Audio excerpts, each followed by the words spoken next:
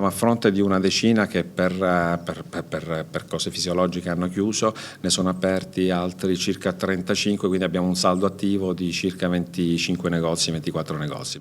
Le nuove attività aperte a Treviso da luglio-dicembre scorso grazie al bando da 4.000 euro stanziato dal Comune per la rivitalizzazione del commercio.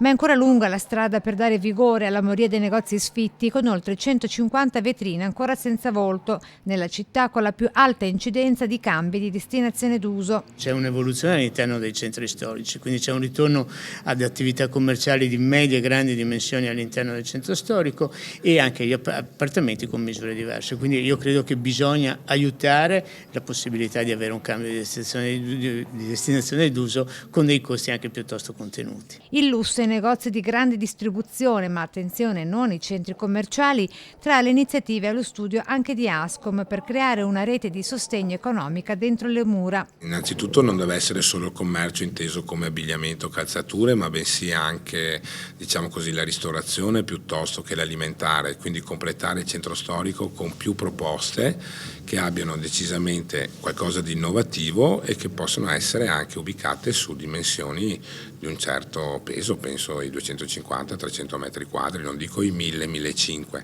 però già dai 500 metri quadri potrebbe essere un'ottima proposta sotto vari aspetti. Vicolo Barberia, dal momento che ci sono più di qualche negozio sfitto, potrebbe diventare la nostra via Monte Napoleone piuttosto che via San Fermo a Padova, cioè quindi raggruppare anche qualche negozio di livello alto. Mani legate invece da parte del Comune in merito alla concessione selvaggia delle licenze per negozi dello stesso settore. Le licenze non dipendono più da un asset comunale, sono un asset nazionale, le regole sono quelle e se ci sono 3 bar uno attaccato all'altro è perché le regole permettono di esserci.